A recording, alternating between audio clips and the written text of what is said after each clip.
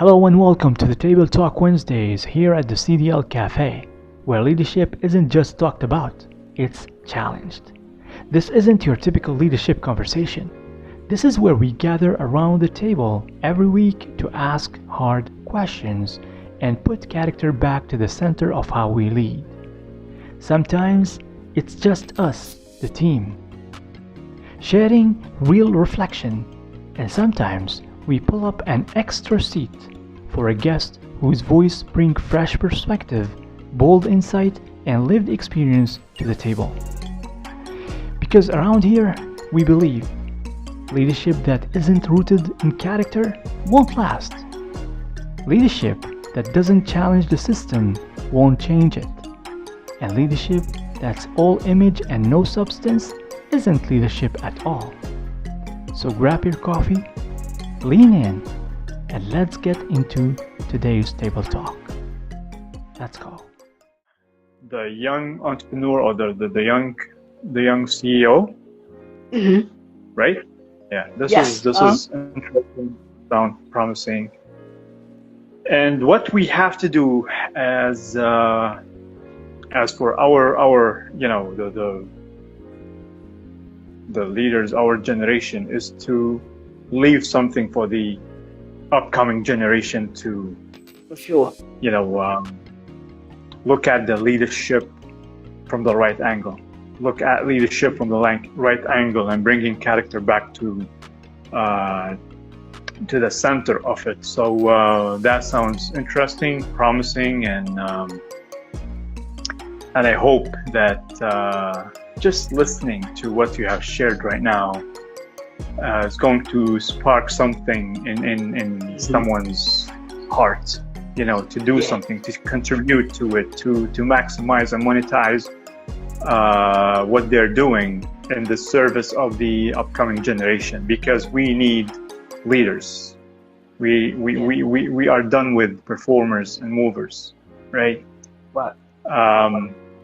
And today we're gonna talk about something that I thought about adding to the topics, because during the years in my journey of becoming,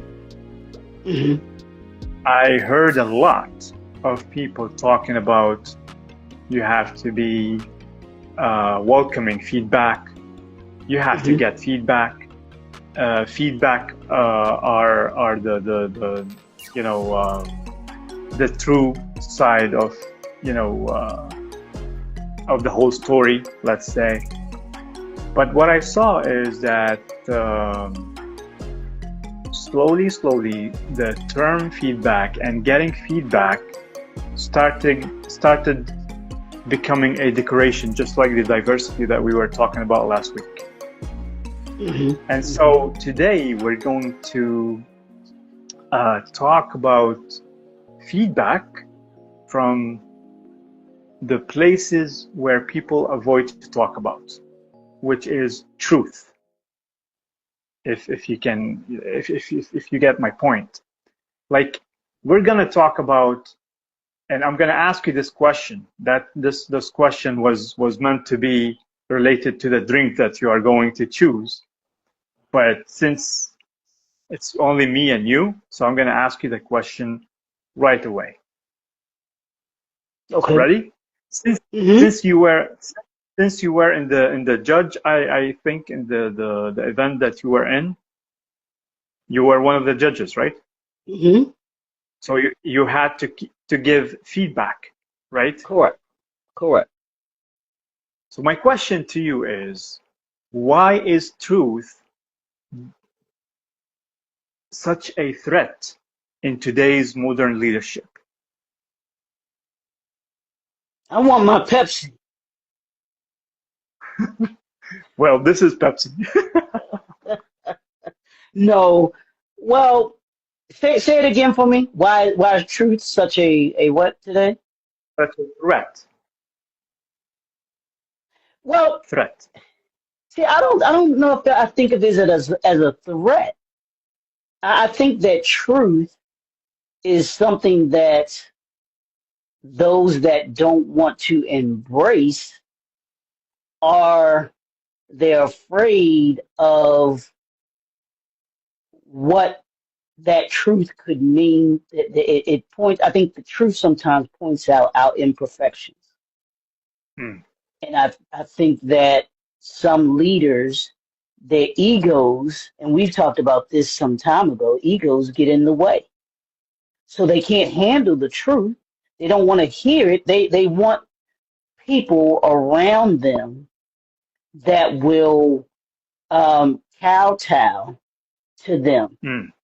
that are afraid to tell them the truth, to say, you know what, I don't agree with that. And I'm gonna give you an example, and I hope it fits. And it doesn't have to do. It has to do with relationships. And I saw this. It was a feed came on my news feed, and it was this married couple, young. They'd been married for 8 years. You could tell they were young, probably in their late 20s, maybe early 30s, right? And so they're Mm. talking about their relationship, and how, he does this, she does that. And they made the statement that if when they go out, if they if they have a disagreement, they won't disagree with each other in public. Mm-hmm. And I was sitting there listening. I'm like, why would you be afraid to disagree with somebody that is saying something that could be totally erroneous?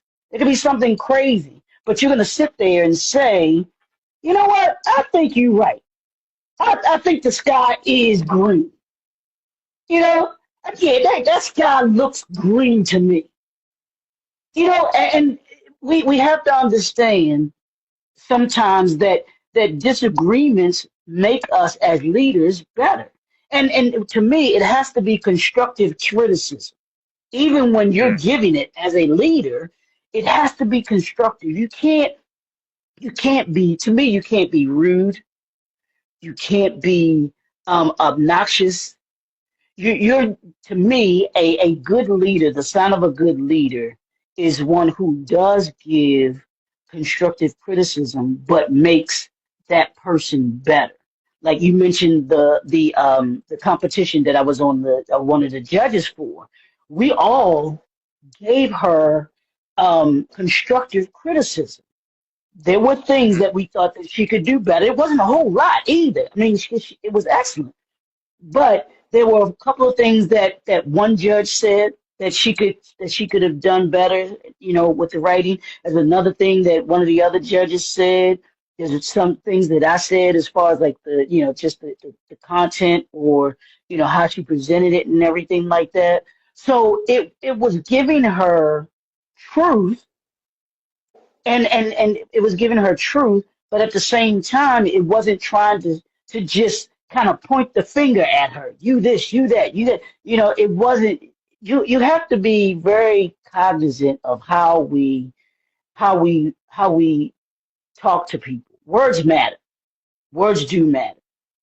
And if you as a leader can't take constructive criticism, if your employees can't come to you and say, nah, that might not be the best thing. Can we try this? You should be open to it. It's not a reflection Mm. of you being this horrible person or anything. And I've always looked at it like this when I had being a supervisor, being a manager and everything like that. I always looked at it when someone that was working for me came to me. I was always open to hear what they say, because they're the ones that do it on a regular. Every single day, they're the ones doing that work. So is it not that I don't know what they're doing, but if they're the ones doing and dealing with stuff every single day, who's going to know a little bit more about it? Them or me? Mm. So we have to be willing, as leaders, we have to be open to listening, and not feel as if, oh, they're being, that they're hurting my ego, or that they're trying to just be a disgruntled person, or whatever, and everything like that. So that's how I see it. I don't necessarily, I think that a lot of leaders, they they have fragile egos, and so the truth will rub them the wrong way sometimes, and especially they're like, who are you to tell me that that this is not this and that's that, that that's the truth. I'm not that way. That's not me. But yeah, it is. you know, So we have to be, as leaders, you have to be open to the truth Yeah, and do an that's what. assessment. Yep. No, But do that's an why. assessment That of what they're telling you. You know. exactly. Exactly. But that's the purpose of my question. Like, why today Hmm. truth um, is such a threat to the modern Hmm. leadership? And the reason why I'm asking you this is to share with people like why because as you said that the majority of leaders today, and I'm assigning this to the performers, Hmm. whoever Hmm. perform, Right. uh, they avoid, either they avoid truth or they will ask you to give them feedback the way they wanted. Exactly. That's it right there. Yep. They want it wrapped. They if you if you disagree with what they say, they want to. Unfortunately, a lot of people will want to attack the person that's giving the truth, and that's why I said you have to do a serious self analysis. Because I do it myself. When people tell me things about me, I'm like, man, did I really like that, or did I really do that? Be like, okay, all right, that's something that I need to change. Because I mean, just look at if you look at social media, and I don't mean to use it, but social media, you have people that are on social media, and they don't want people to criticize them. They want to be able to say what they want to say, however they want to say it, and have nobody disagree with it. Or like you were just saying, they choose to ignore it. But like, no, that's not what I said. That's not what that's the first thing that will come out there. That's not what I said. Well, that's not how I am. But have you taken a look back at yourself and truly done Mm. an assessment? Because and I'm not saying that everything that people are saying it may be correct about you, but like you said, is it truth? Is there a basis of truth in it, in what they're saying? And if it is, you as a leader, one of the things that we have to be willing to do as leaders should be to accept truth. Mm. And as we say sometimes, the numbers are the numbers. And if you're in the leadership position, you're asked to perform in a certain way. And you can't just up and say, well, no, those numbers aren't real. Those numbers are then if you can prove that the numbers aren't real, good for you. But if those numbers are the numbers and you're not performing, you're not doing things the way that they should be done, then no. Yeah, you're avoiding the truth, or you're not wanting to accept, the truth. You don't want to be Mm. accepting of the truth, which can be even can be just as well. I think both of them can be detrimental to you, because if you avoid it, you just kind of stick your head in the sand. Or if if you don't want to believe it and you think that it's not true and it actually is, yeah, you don't you your assessment is off and needs to be corrected. So. Right. While you're speaking, you reminded me when my wife took this certification for the DISC, um, the personality test, the DISC, the DISC, DISC, the Hmm. DISC personality test, and she was testing, how to give out the test to whoever signed up through her link, and she ran the test over me, Hmm. and she told me take the test and let's see how it works. Hmm. I took the Hmm. test for free, and I gotta tell you, I learned things about myself that I never Okay. knew are there. And my very first reaction was like, no, no, no, this is not me. No, I'm not like Mhm. this. I think Mhm. I am like I'm the other way around. Mhm. And then she said, no, this is you because here's a sign, 1, 2, 3, 4. This is you. You do this. You do that. I Mhm. was like, are you are you criticizing me? She was like, no, I know you. I know you. We've been married for years. But Yep. this report just described you better than I do. So you have to sit there and read it. And Mhm. then at that night, I took the report. I started reading the report, and I took all the points that I disagreed with, and Mhm. I said, what if this could be true? What can I do here? And I started doing the evaluation and the assessment and the analysis through what are the things that I need to improve in myself? What are the area of weaknesses? What are the area that I need to look at? And the most important thing is that what do I do in my Mhm. life? Mhm. I am I talk about character driven leadership.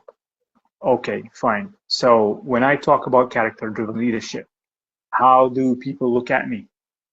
Mhm. Who am I? So what are the things that I need to work on so I can deliver the the image or deliver the right reflection that builds trust and alignment between what I do and how I act, Mhm. if that makes sense. Mhm. Mhm. So this is what I started doing.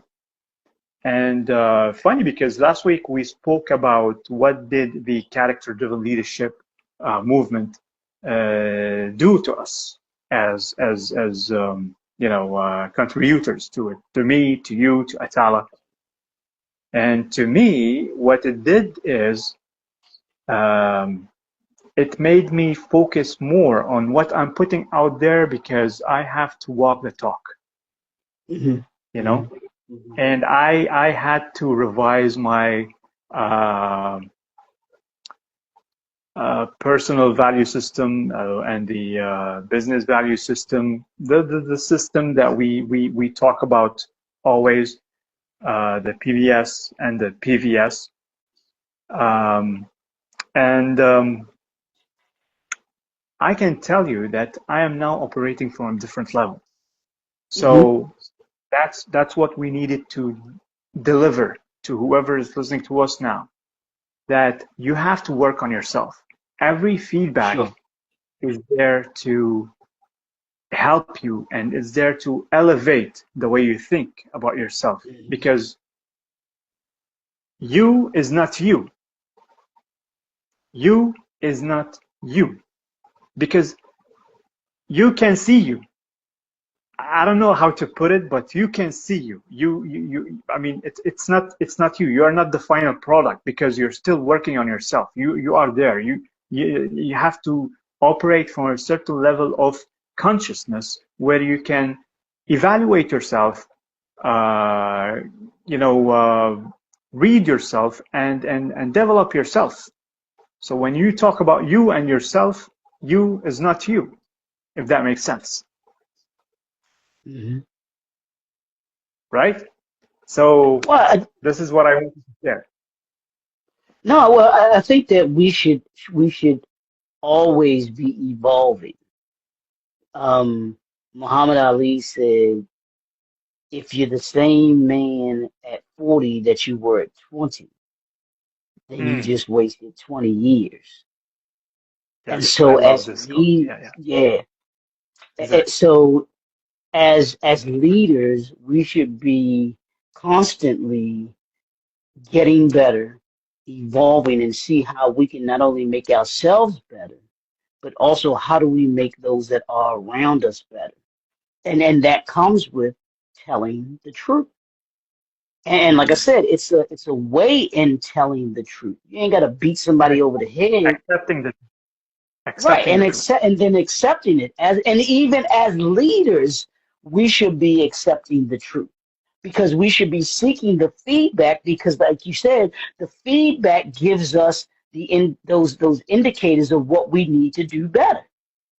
And so it's like, okay, yeah, maybe I didn't handle that situation the way that I should have. Maybe instead of doing this, I should have done this. And then if that situation comes up again, or a similar situation, hey, I have to begin doing this. But handling truth and becoming better is a daily thing. You have to be consistent at becoming better every single day. And I say, I call it the being 1% better each and every day.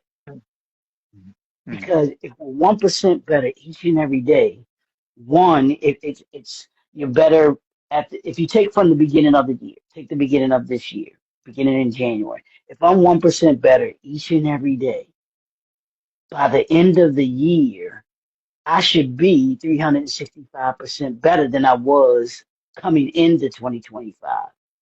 Same thing going into 2026. How do I become better as a leader? We become better as leaders by doing what you were saying, accepting truth. If there's truth in what someone is saying about you or things that you need to work on, then you have to accept it and say, okay, what do I need to be doing to get better at it? If I'm a basketball player, and I use Kobe Bryant as this example because he was such I mean, he was a fanatic about his craft. And they said he would work in his 2-hour practice sessions on one move for 2 hours.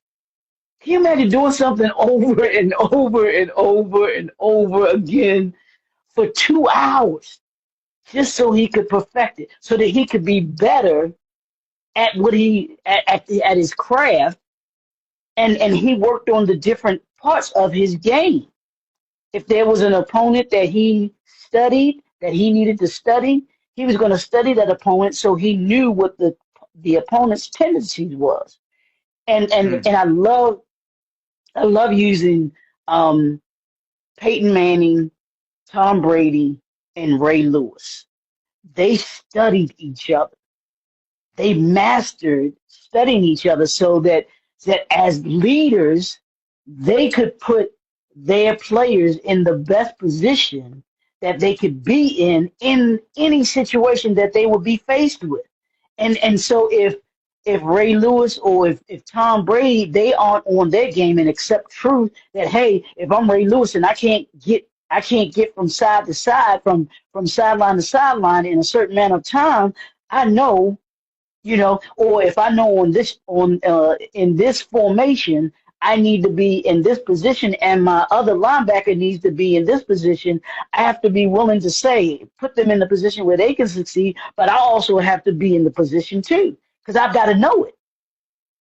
And if I'm not working hard enough, if I'm not studying film hard enough, then I won't know that.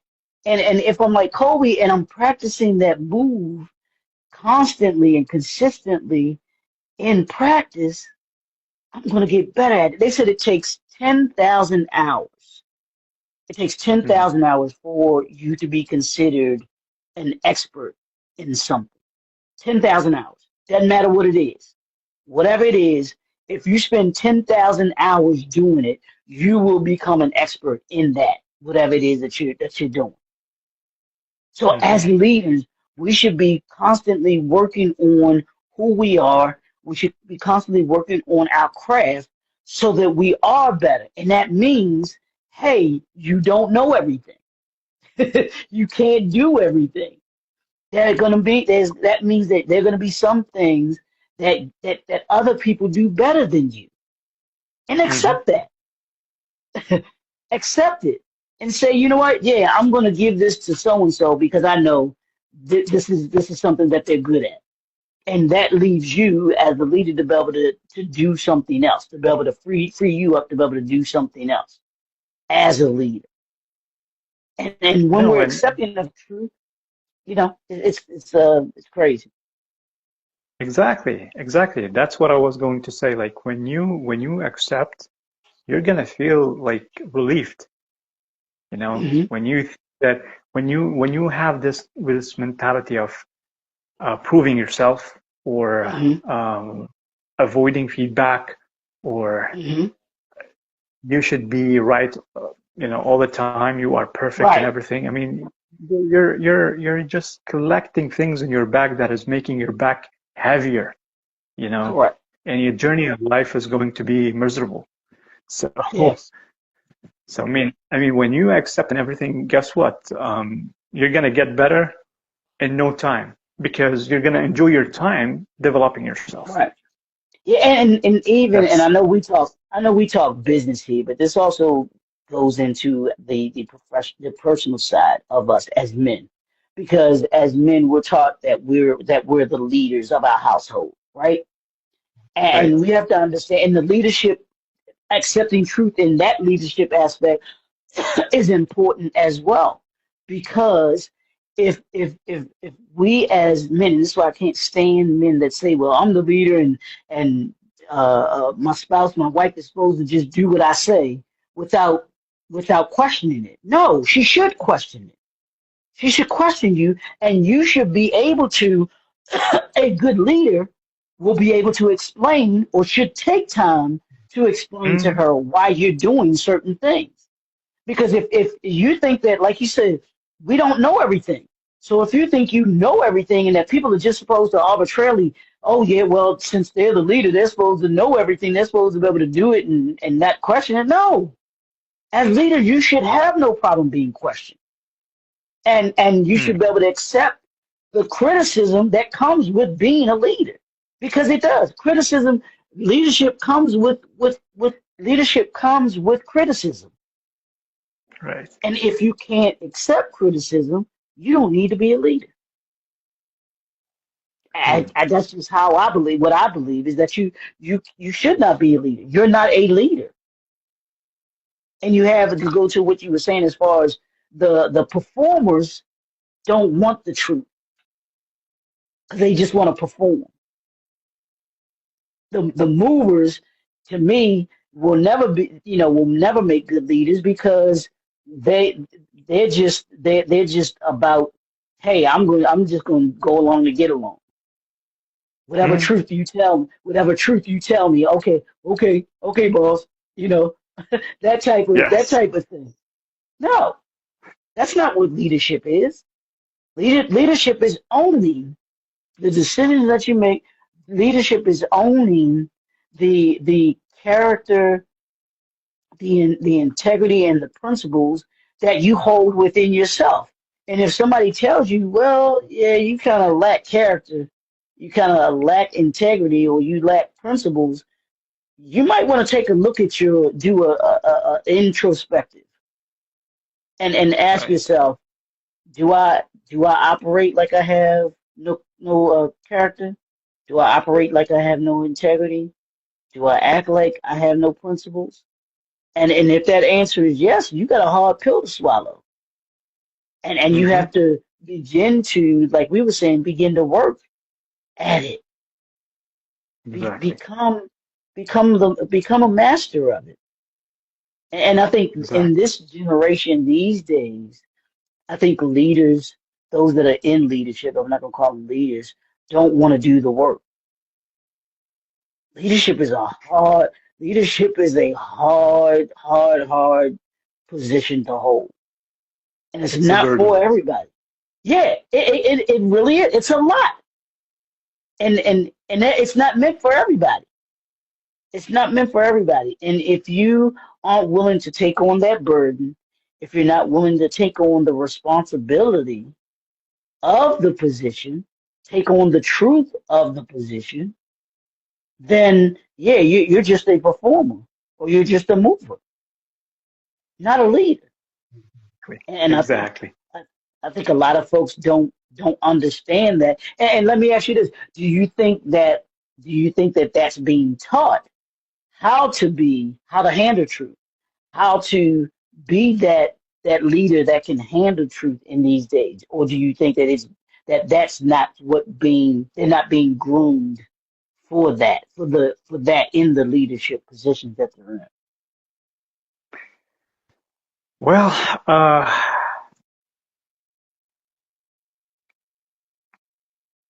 I mean, this has a lot of like there's a several dimension I can answer this question. So if I can simplify your question, are you asking if this is taught or it's already inherited or something like this? So I know how to take where to take the like how to answer it correctly.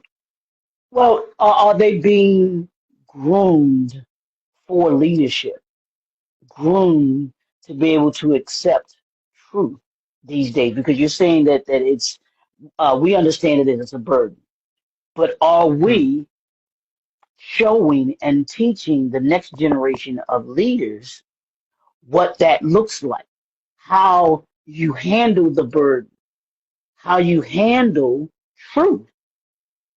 One of the things that I learned from, from supervisors that I had, and leaders that I've had is looking at them and see how they handle truth. When I said something to them, what was their reaction?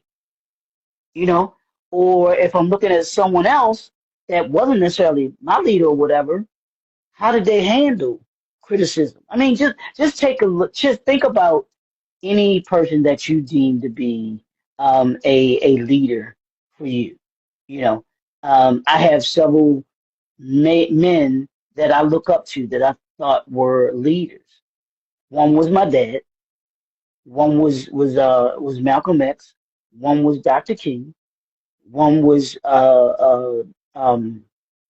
Nelson Nelson Mandela. One was Fred Hampton. And each of them, the leaders that they were, all of them got criticism. They were criticized for being who they were. But the question is, how did they handle that truth? Part of the truth, because some of it was true, some of it we know was exaggeratedly false. It was very false.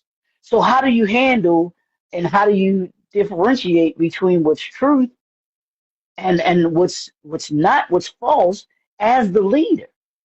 That's what you have to do. You have to be able to accept, hey, yeah, whew, that didn't look good. I didn't handle that situation right. And be man enough or woman enough to say, I didn't handle that well. Here's how I'll do it next time. Here's what we'll do next time. That's what true leaders do.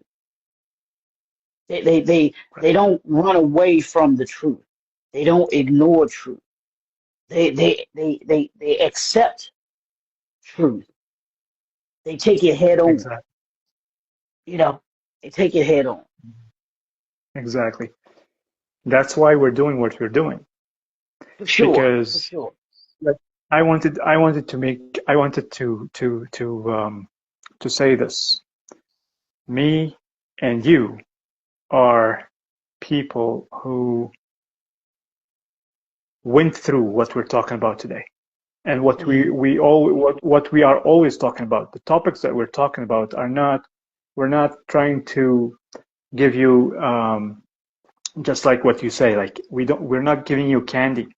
Right. We're not giving you something with a beautiful Mm-hmm. package. It's something that Right. we've been through in our journey. Like for me, for example, when I like let me tell you when I started um, my speaking career. Mm-hmm. Um, and in some moments I had to go into classrooms and stand before an audience and talk to them and give some kind of mastermind sessions. Okay. I received a lot of, some of them were critiques, some of them Mm-hmm. were insulting. Some people were insulting me. Mm-hmm. Well, we're not going to talk into this. But the thing is, I used to take these things back home Mm-hmm. and sit for days, not crying over it, but trying to understand why I received this kind of critique or feedback or insulting, why this happened, who is the source who told me this, Correct. what is, Correct. that's how I start, understanding, is this some type of truth that I need to analyze and work on myself through it, or it's just something that I need to forget about. It's just some words from somebody who don't know what he's saying. I mean, study the source, why you got this critique, why you got this feedback, and just sit for days, analyze, and there's nothing wrong with that, you know. And because that's what's going to build you, right? And then the second thing that you spoke about, and this is something that I'm doing until today. I think of the people that um, I think of the people that I look up to, and say to Okay. myself, if people went through this kind of situation, how would they act? How would they handle it? What would they Right. say? You know, um, so this is another thing that I use when I start analyzing a situation or incident or feedback or whatever. You know, one more thing I want to add is that don't fall in love with yourself, especially when you receive a compliment or a beautiful feedback. Never ever fall in love with that, because if you received, like, I'm gonna again talk about myself. When I receive something, a compliment which is nice and or a very good feedback, believe me, I don't read it again and again. I just read it once just to know what is it, and then put it aside. Why? Because it's not going to help me develop. It's not gonna. It's gonna feed my ego. It's not gonna push me forward to develop something in myself. So just ignore beautiful words, right? Well, Ignore I it. wouldn't say. I would not. I would disagree with that because you I do can't. that. Yeah, but you can't ignore the beautiful words because here's the thing. Here's the thing about feedback. You talked about it. Every entrepreneur, every leader, every organization should get feedback. And it's not just negative feedback, that is truth. There's also positive feedback that is truth. So that's why you do the assessment. And that's why you look at, okay, who's the source? Who's giving it to me? Is somebody just trying to feed my ego? Now you don't want to get caught up in the beautiful words. You don't allow that to feed your ego. If that's gonna, make you stick your chest out every single time and be like, I'm perfect. No, that's not the intent of it. That's Feedback. what I'm talking about. Yeah, you know, we have to be mindful of it. And there's a song, and I love the song. It says, "Don't let it go to your head." You can't. Mm. And those that allow feedback, both, and you can't allow feedback to go to your head, either positive or negative. You got to take it for what it is, take it for the truth that it is, and you address that truth, whether it's the truth of positive or whether it's the truth of negative. And you say, okay, if it's the truth of positive, okay, I know I need to keep doing what I'm doing. We're doing it well. In football, my dad used to always say, we're gonna run it till they stop it. And we're gonna run it until they prove that they can stop it. And so those Mm. positive things we keep doing until we see that it's not working anymore. But you have something that's working, so you wanna be consistent at that. On the other side, if it's something that is negative and you see it to be true, you have to say, okay, I need to address this. How do I address this in such a way that it makes me a better leader? Or even as an organization, how do I make us better as an organization because of the feedback that we get? If you go to a restaurant, if you go to no, I'll give you an example. For the hotel, I used to work at Marriott Hotel, right? And Marriott would have these scorecards, no lie, they're scorecards that they would have their guests fill out. How was your stay? And it had several questions that they would ask them. And for Marriott, you could not get below 90% as a total score on your cards. Or they may, if you were a franchise, they making you take that flag down because it was unacceptable for you to perform in such a bad way. I mean, they wanted 5-star level service. Anything else was uncivilized. It was not acceptable. You had to perform every single time. That was the feedback that they got from their customers. And if you were a GM for Marriott and you got a bad scorecard and that went to corporate, you were getting a phone call. What's the deal with this particular guest? What happened? What was, and you had to know. You had to fit because you had to look at that scorecard and see what they were saying, and you had to connect with that guest to find out what, if they had a bad stay, what was it about the stay? Was the check-in too long?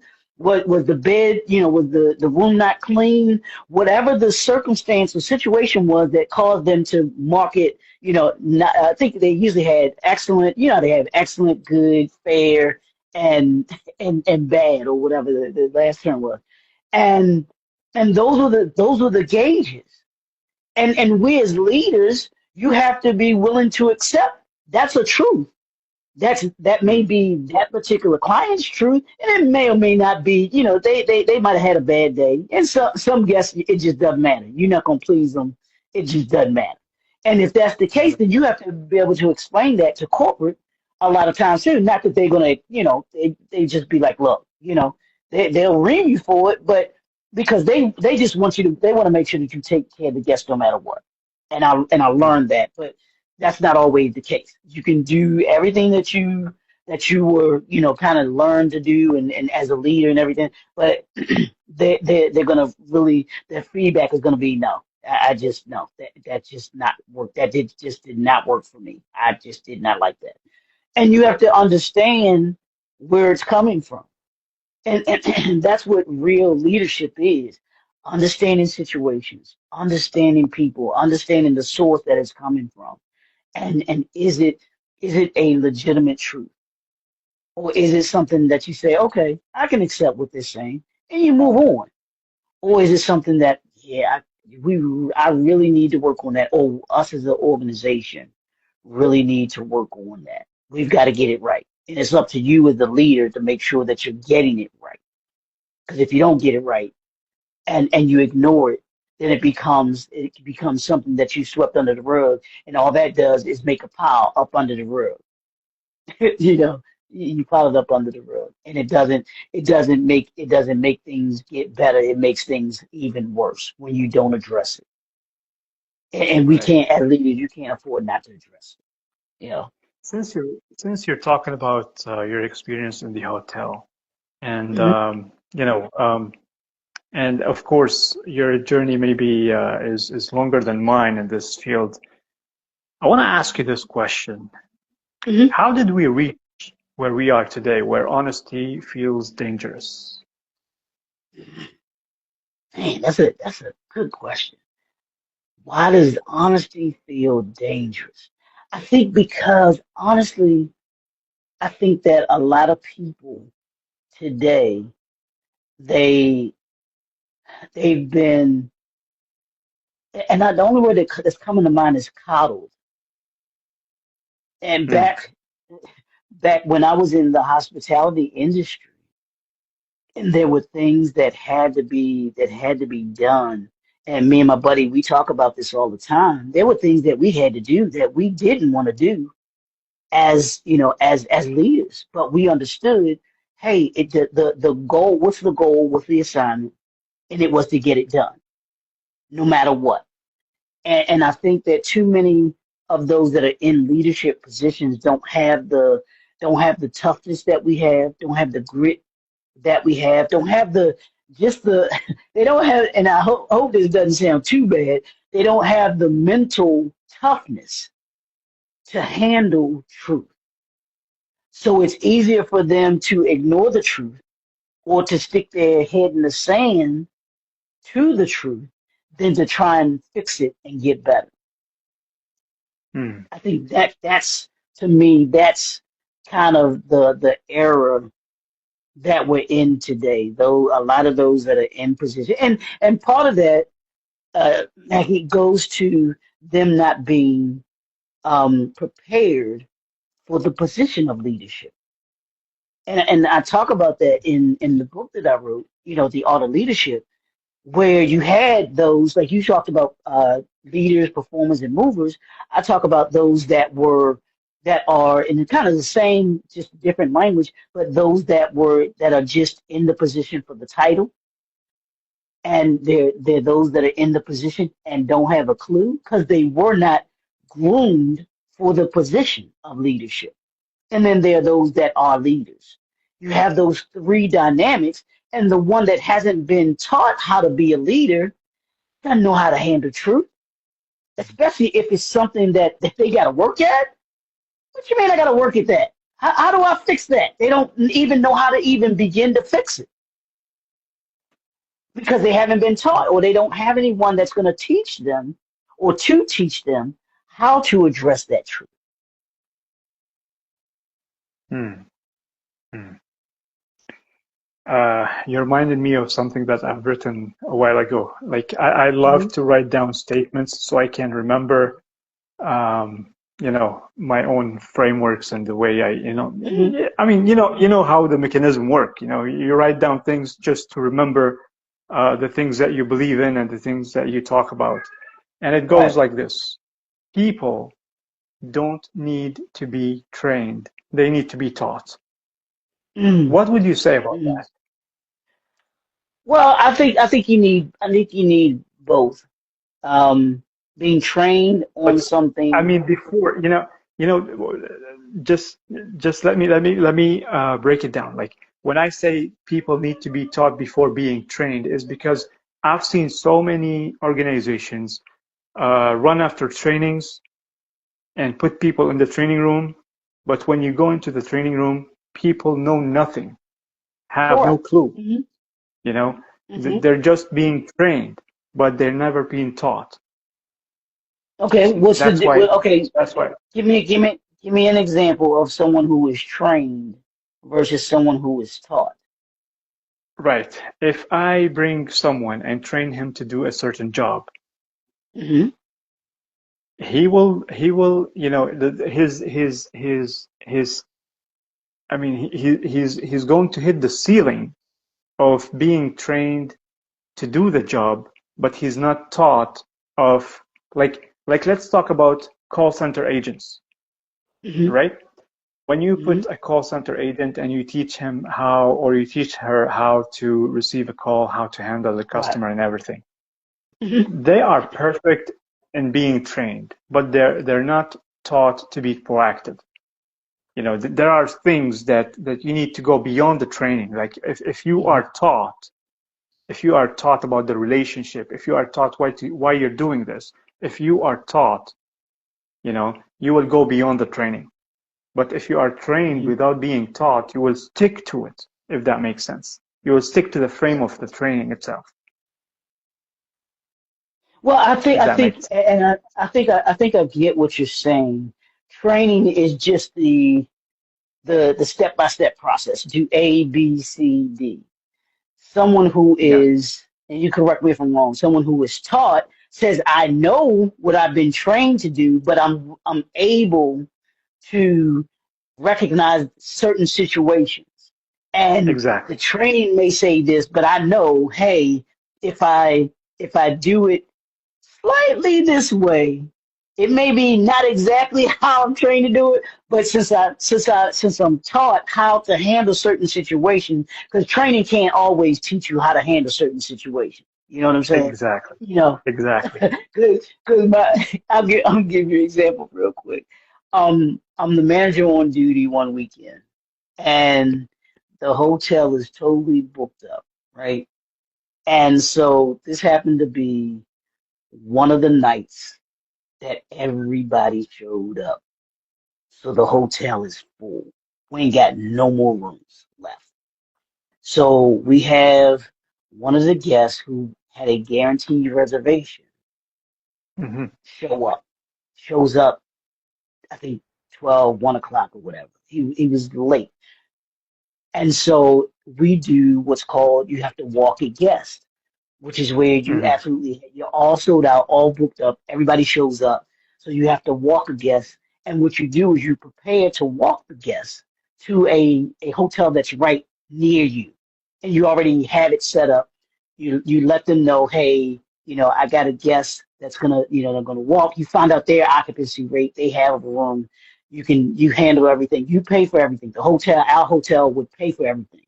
That one night because we had to walk them, they had to go and stay at that hotel. So we're gonna put you up. You get a phone call. You can call somebody, let people know that that you had to go stay at another hotel for the evening or whatever. But I had to walk this dude, and he was drunk. I'm talking drunk. So he was not happy at all.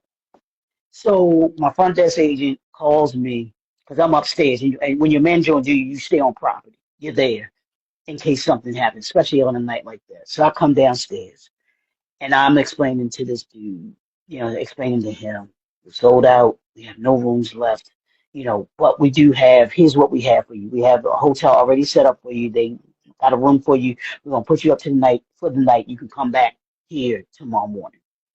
In the morning. We'll take you there, bring you back, all of that, everything taken care of.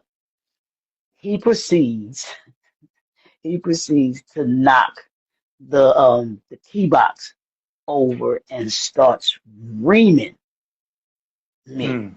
All kinds of stuff. Now, my training tells me that I did everything. I was supposed to Right. do. Got prepared. Knew there might be a situation where we walk a guest, but nothing prepares you. Your training doesn't prepare you for being taught how to handle a Mm. situation like that. So what you're taught to do and what you're trained to do can be two different things in that situation. It is because you're that's nowhere in that training manual about an irate customer, irate guest that you got to walk on a particular night that you're all booked up and everybody shows up. And flights go through it too. And what you do is it happens because you oversell by a certain percentage. And Mm. what you Mm. bank on is not everybody showing up. But there are times, there are instances that everybody shows up. Everybody shows up. And so for those that guarantee their reservations, the ones that aren't there by 6 o'clock, you cancel those. That's the first thing you do. Cancel all of the 6 p.m. because those aren't guaranteed, so they don't get to stay because they didn't show up by 6 o'clock. But everybody that has a credit card down, they're guaranteed a room. Now we don't tell you where that room is going to be in those situations, but we guarantee you a room. So I get what you're saying as far as being trained and being taught. That's something that Mhm. you really you can yeah, as a leader, those situations you don't get necessarily taught. You have to be in them before you can really know how to handle them because that training isn't going to be able to explain to you how you deal with that irate customer. So Yeah. I definitely get what you're saying. Yeah. So yeah, and this is a, I mean, because I've seen a lot going, I mean, especially with call center, when you call Hmm. somewhere and people Yeah, don't understand, they don't get you, they just, well, right. walk you, talk to you by the book, but Right. they're not comprehending and understanding what you're talking about. They don't. Correct. I mean, they need to be. The same thing goes with leadership. Hmm. Same thing goes with leadership. There are plenty of leadership training, but are you Right. taught what does leadership mean? What is the essence of leadership and all these kind of stuff? And this is what we are dedicated for here in the character-driven leadership, is Hmm. to to give you a hint, to have a conversation, unfiltered conversation. Like, you have the right to say whatever words come to your mind, Dr. McKinsey, because we are unfiltered over here. So Hmm. don't be afraid that someone is going to feel offensive through a term you're mentioning or something. Just say it. This is who we are. Yeah. Right. Right. And as leaders, true leaders, aren't afraid to say things, and especially when it comes to truth, we have to be willing to tell the truth, and we have to be willing to accept the truth. Whichever, you Here, may not like either situation, but you have to be able to accept it and give and tell the truth. exactly, exactly. Here's a tricky question, Dr. McKinsey, since now you're talking about the hotel and you're talking about your previous work experience. How do organizations unintentionally teach their employees to protect their leaders, whether they're doing something right or wrong? And this goes back to giving feedback. How Well, do you I think think organizations do that unintentionally? Well, I think they do it. I don't, well, I guess it could be unintentionally, but I think what comes with leadership, and especially good leadership, brings about loyalty.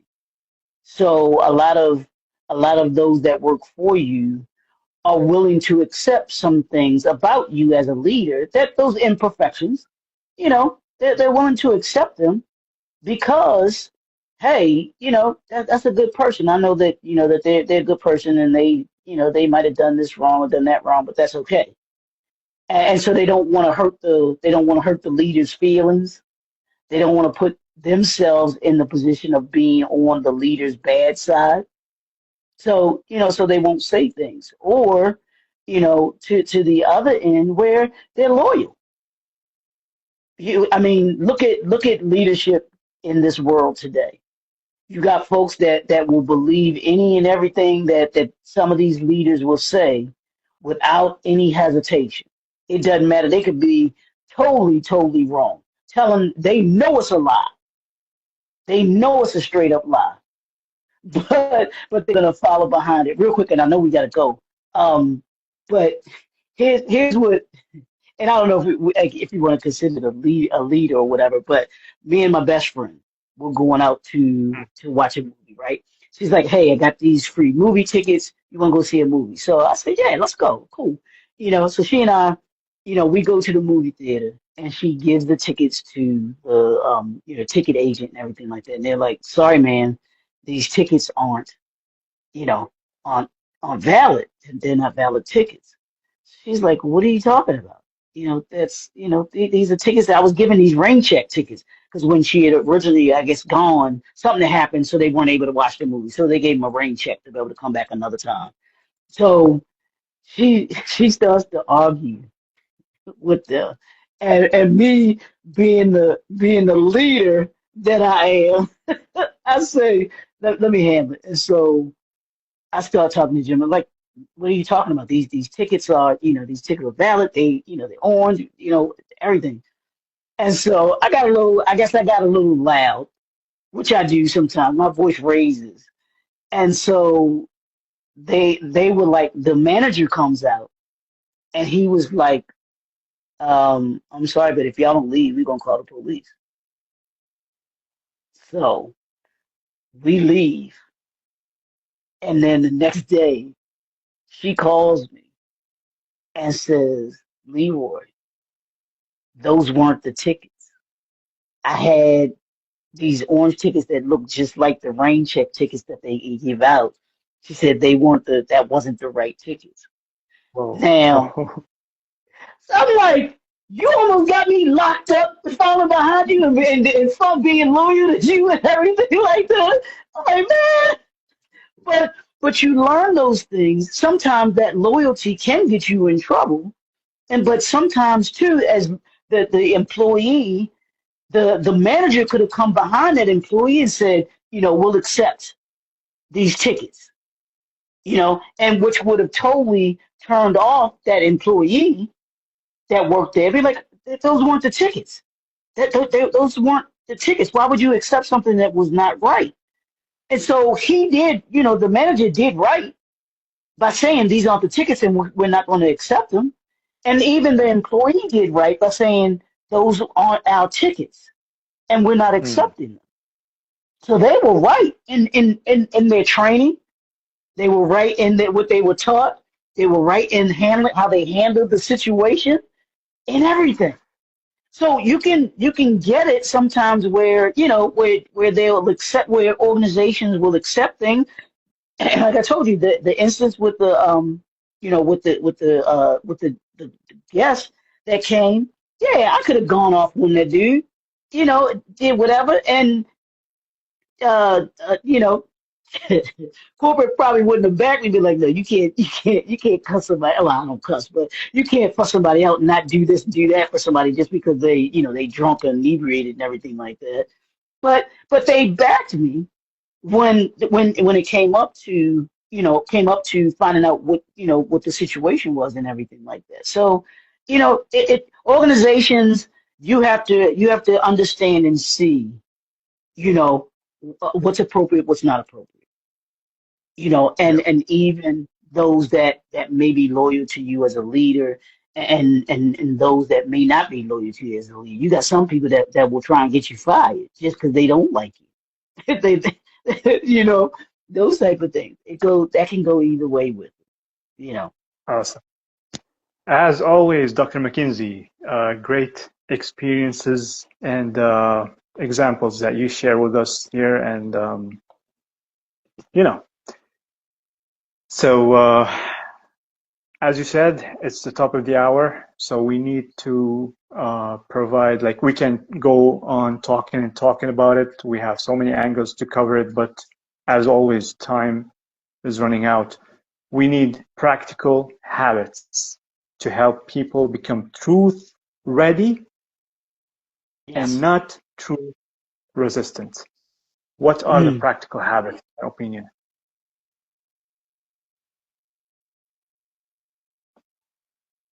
Was that a question? Yeah, I'm Say, asking say, you. say We it. need Okay. practical habits for people to be truth ready other than truth resistance.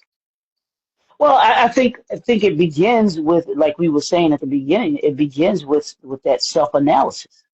You have to do a self introspective, and you have to Mm, recognize, like you were saying, the source. Who is it coming from? Is it legitimate? Is it something that, when you take a step back and get out your feelings, is it something that makes sense and that is a part of what happened in that situation? Or is it something that you say, well, yeah, it happened in that situation, but that's not something, as to how I readily react to something, and that's not truthful, and that goes to what we always talk about: is that a part of your character, or is that something that just happened in that particular situation? Because there's a difference in that. So I think it begins, you begin to address, and you're able to be consistent when you have that in place, when you're able to reflect, self-reflect. The second thing is getting feedback. Getting that feedback, I think, helps you to be able to do that analysis. Whether it's positive or negative feedback, you need the feedback. You've got to get the it's going to help feedback. you grow. Yeah, Yes. that'll Yeah. help you in being able to address the truth, or whether it's false, whether it's not true. I think if you go there, then that helps you to be able to build on, what you need to work on as a leader, those things that you need to work on, and then even those things that you're already doing well, but you continue to do well consistently. You keep doing those Mm, consistently. and become consistent at the other things that you're working on. None of us are perfect. So we're always going to have, we're always going to have things that we need to work on. Awesome. I'm going to add to this. Like, thank you so much, Dr. McKenzie. I'm going to add to this. Another habit that you can do is to stick around with the CDL, the character-driven leadership. Join the community. Subscribe to the YouTube channel. We have a lot of tips, advice, insights, and lessons we can learn, especially the CDL specials from Dr. McKenzie. We have a lot of content, digital content on the YouTube channel, and we are going to continue growing and be dedicated to help you become a VIP leader, a person who leads with values, integrity, and principles. And don't forget that on the 19th of December, we are having the webinar where we are going to teach you from our humble experiences how to have or to walk with values, integrity, and principles. So make sure that you be there with us on the 19th of December. We are topping the hour. Any final word, Dr. McKenzie, before we sign off? Just that we want you to become a VIP. And the way that you do that is join us on December the 19th. We promise you, you will come away with those tools like we talked about today, understanding how to deal with truth, how to accept truth, and how to decipher truth, and what that means as a leader.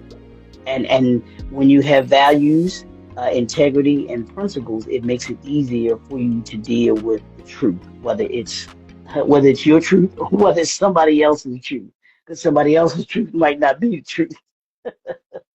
But yeah, we want to. I'll put the link in the comments section here too, Dr. Mackey, so that people can go and register, because we want people to register for the webinar on the 19th. Sure. Okay.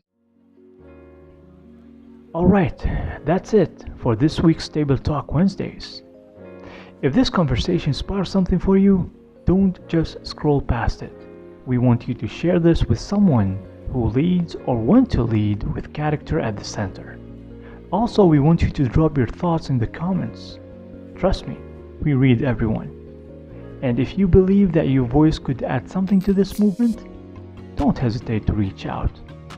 We will be back next Wednesday with another conversation that matters. Until then, lead with truth, lead with courage, and most of all, lead with character. Peace upon you.